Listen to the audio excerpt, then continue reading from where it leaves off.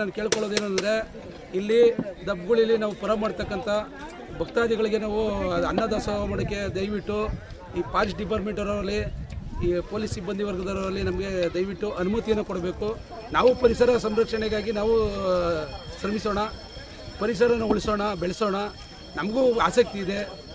ಆದರೂ ಕೂಡ ಮಾದಪ್ಪನ ಭಕ್ತಾದಿಗಳು ಇಲ್ಲಿ ನಡ್ಕೊಂಡು ಊಟಕ್ಕೆ ತೊಂದರೆ ಆಗೋದ್ರಿಂದ ನಾವಿಲ್ಲಿ 5 ವರ್ಷದಿಂದ ಸತತವಾಗಿ ಊಟವನ್ನು ಅಡುಗೆಯನ್ನು ಮಾಡಿಸಿ ನಮ್ಮ ಮಾದಪ್ಪನ ಪ್ರಸಾದವನ್ನು ವಿನಿಯೋಗ ಮಾಡ್ತಾಯಿದ್ದೀವಿ. ದಯವಿಟ್ಟು ನಾವು ಫಾರೆಸ್ಟ್ ಸಿಬ್ಬಂದಿ ವರ್ಗದವ್ರು ಕೇಳ್ಕೊಳ್ಳೋದಿಷ್ಟೇ, ನಮ್ಮನ್ನು ಅಡುಗೆ ಮಾಡೋಕ್ಕೆ ಅನುಮತಿ ಕೊಟ್ಟರೆ ಸಾಕು. ನಾವು ಇನ್ನೂ ಮುಂದಕ್ಕೆ ಹೆಚ್ಚಿನ ರೀತಿಯಲ್ಲಿ ಭಕ್ತಾದಿಗಳಿಗೆ ಪ್ರಸಾದ ವಿನಿಯೋಗ ಕಾರ್ಯಕ್ರಮವನ್ನು ಮಾಡಲಿಕ್ಕೆ ನಾವು ಇಚ್ಛೆ ಪಡ್ತೀವಿ. ದಯವಿಟ್ಟು ತಮಿಳುನಾಡು ಫಾರೆಸ್ಟ್ ಆಗಿರ್ಬೋದು, ಕರ್ನಾಟಕ ಫಾರೆಸ್ಟ್ ಆಗಿರ್ಬೋದು, ನಮಗೆ ಒಂದು ಸ್ವಲ್ಪ ಅನುಮತಿ ಕೊಡಬೇಕು. ನಾವು ಕೂಡ ಪರಿಸರವನ್ನು ಸಂರಕ್ಷಣೆ ಮಾಡೋದ್ರಲ್ಲಿ ನಾವು ಮುಂದೋಡುತ್ತೀವಿ. ಯಾವುದೇ ಗಲೀಜು ಮಾಡಲ್ಲ, ಯಾವುದೇ ಪ್ಲಾಸ್ಟಿಕ್ ಬಳಸಲ್ಲ. ಈಗ ಸ್ಟೀಲ್ ತಟ್ಟೆ ತಗೋಬೇಕು ಒಂದು ಆದೇಶ ಮಾಡಿದ್ದು